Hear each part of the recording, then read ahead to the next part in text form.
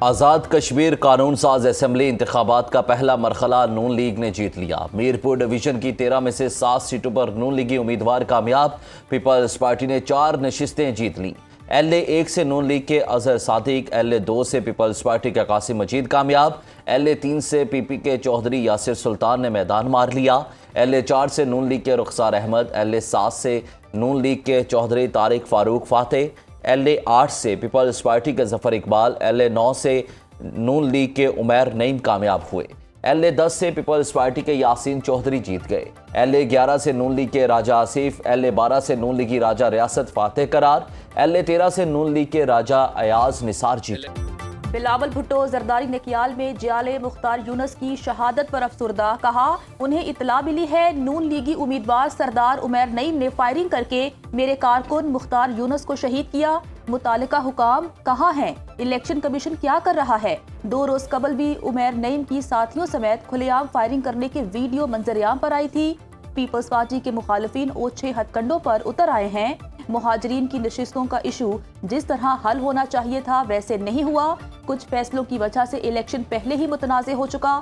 متنازع الیکشن سے آنے والی حکومت مسائل حل نہیں کر سکے گی۔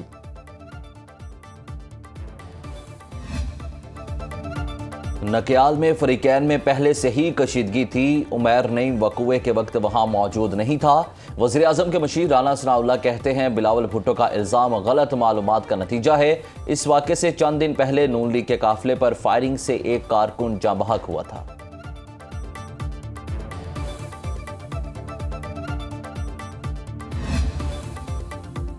آزاد کشمیر میں انتخابی عمل کا پہلا مرحلہ شفاف طریقے سے مکمل ہوا۔ تمام سیاسی جماعتوں نے انتخابات میں بھرپور حصہ لیا۔ Chief election commissioner justice retired Ghulam Mustafa Mughal نے کہا پولنگ پرامن ماحول میں ہوئی، لوگوں نے بڑی تعداد میں حق رائے دہی استعمال کیا۔ سماہنی میں پولنگ میں رکاوٹ ڈالنے والوں کو گرفتار کیا گیا۔ امن و امان برقرار رکھنے کے لیے قانون نافذ کرنے والے اداروں کا کردار مثالی رہا۔ قانون ساز اسمبلی الیکشن کے دوسرے مرحلے میں 2 اگست کو مظفر آباد ڈویژن اور مہاجرین کی سیٹوں پر ووٹنگ ہوگی۔ تیسرے مرحلے میں 10 اگست کو پونچھ ڈویژن کی 11 نشستوں پر الیکشن ہوگا۔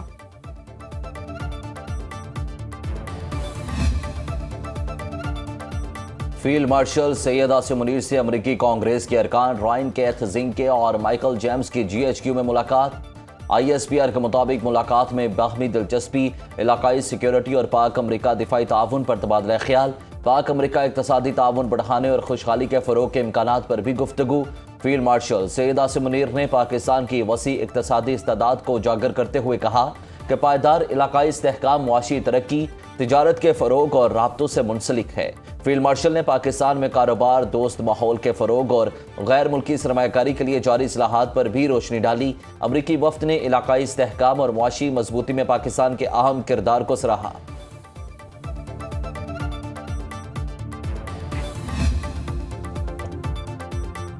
پاک فوج میں کمان کی اہم تبدیلی، جنرل سید عامر رضا نے کمانڈر نیشنل اسٹریٹجک کمانڈ کی ذمہ داریاں سنبھال لی۔ ISPR کے مطابق جنرل سید عامر رضا کو GHQ میں گارڈ آف آنر پیش کیا گیا۔ نئے کمانڈر نے یادگار شہداء پر پھولوں کی چادر چڑھائی، فاتحہ خوانی کی اور وطن کے لیے جانوں کا نذرانہ پیش کرنے والے شہداء کو خراج عقیدت پیش کیا۔ فیلڈ مارشل سید عاصم منیر سے جنرل سید عامر رضا کی ملاقات۔ فیلڈ مارشل نے جنرل سید عامر رضا کو نئی ذمہ داریاں سنبھالنے پر مبارکباد دی اور نیک تمناؤں کا اظہار کیا۔ ایران کو خریدا نہیں جا سکتا، اسے شکست دینا پڑتی ہے۔ تہران ہمارے ساتھ معاہدے کی بات کر رہا ہے، سخت کارروائی نہ کرتے تو مذاکرات کی نوبت ہی نہ آتی۔ امریکی صدر ٹرمپ نے دعویٰ کیا امریکہ نے ایران کی بحریہ، فضائیہ، عسکری قیادت اور فضائی دفاعی نظام کو تباہ کر دیا۔ امریکہ نے ایران کی ڈرون اور میزائل بنانے کی زیادہ تر صلاحیت بھی ختم کر دی۔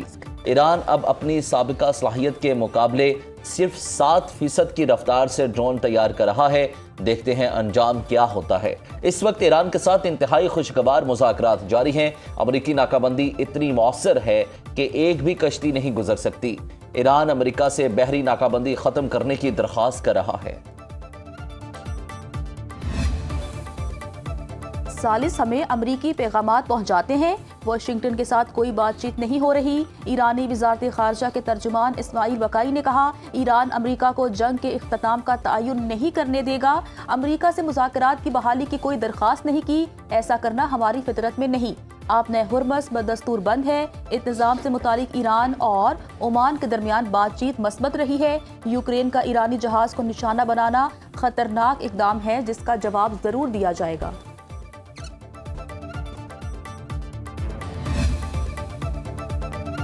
تہران نے ثالثوں کے ذریعے مذاکرات میں امریکی تجاویز مسترد کر دی۔ ایران کے نائب وزیر خارجہ قاسم غریب آبادی نے کہا کہ بات چیت اسلام آباد میں شروع ہوئی۔ ایرانی وفد نے بے جا مطالبات پر مبنی امریکی منصوبہ بندی واضح طور پر رد کر دی۔ امریکی وفد بات چیت چھوڑ کر چلا گیا۔ ایرانی وفد نے مذاکرات جاری رکھنے پر زور دیا، نہ درخواست کی۔ ایران باوقار انداز سے سفارتکاری کر رہا ہے۔ آبِ ہرمز دوبارہ بند کیے جانے کے بعد عمان میں بھی بات چیت ہوئی۔ عمانی وفد نے جنوبی راستہ بات چیت کے لیے حتمی نتیجے تک کھلا رکھنے پر زور دیا۔ ایران نے اس تجویز کو قبول نہیں کیا۔ آبِ ہرمز کو بند رکھنے کی پالیسی برقرار ہے۔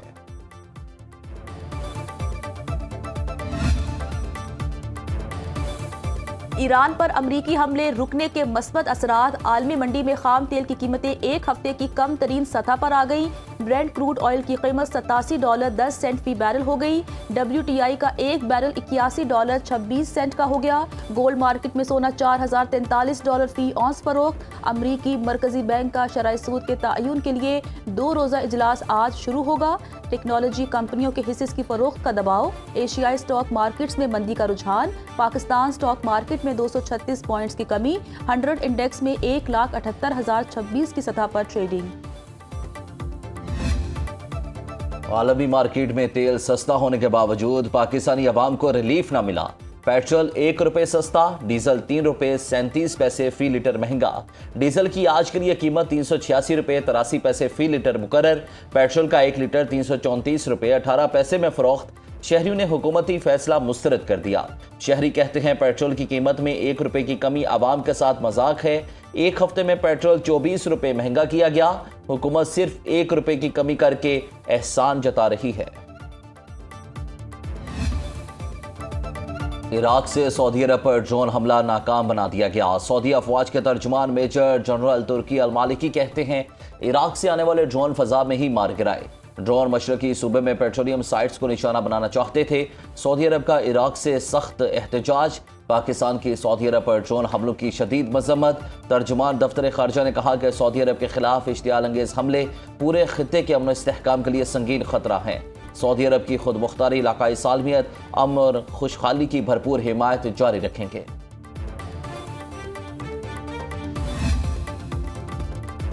پاکستان اور قطر میں سیکیورٹی تعاون بڑھانے پر اتفاق۔ وفاقی وزیر داخلہ محسن نقوی کی دوحہ میں قطری ہم منصب شیخ خلیفہ بن حمد سے ملاقات۔ سیکیورٹی پارٹنرشپ بڑھانے پر تبادلہ خیال۔ خطے کی موجودہ صورتحال اور امن و استحکام پر بات چیت۔ وزارت داخلہ کے درمیان 2 طرفہ تعاون مستحکم بنانے کے عزم کا اعادہ۔ داخلی سیکیورٹی سے متعلق باہمی تعاون اور شراکت داری مضبوط بنانے کا فیصلہ۔ وفاقی وزیر داخلہ محسن نقوی نے قطری ہم منصب سے ان کے والد سابق امیر قطر شیخ حمد بن خلیفہ کے انتقال پر تعزیت کا اظہار بھی کیا۔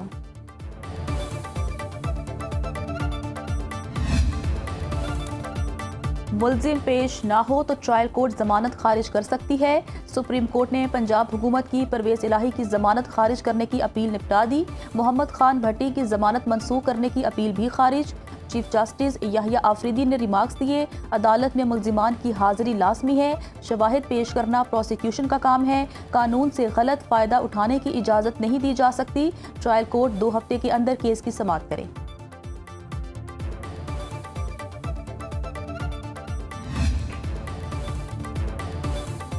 ملک کے بیشتر علاقوں میں موسم گرم اور حبس برقرار ہے۔ بلائی پنجاب، بلائی خیبر پختونخوا اور آزاد کشمیر میں چند مقامات پر بارش کا امکان۔ کراچی اور گرد و نواح میں مطلع جزوی ابر آلود رہنے کی توقع۔ لیاقت پور میں دریائے چناب اور سندھ کا سیلابی پانی آبادیوں میں داخل۔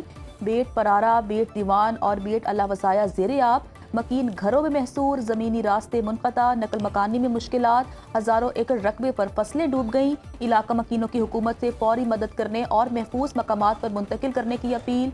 تحصیل انتظامیہ کے مطابق ریسکیو اینڈ ریلیف آپریشن جاری ہے۔ کئی علاقوں سے انخلا مکمل ہو چکا۔ جلال پور پیروالا میں دریائے چناب میں سیلابی ریلے سے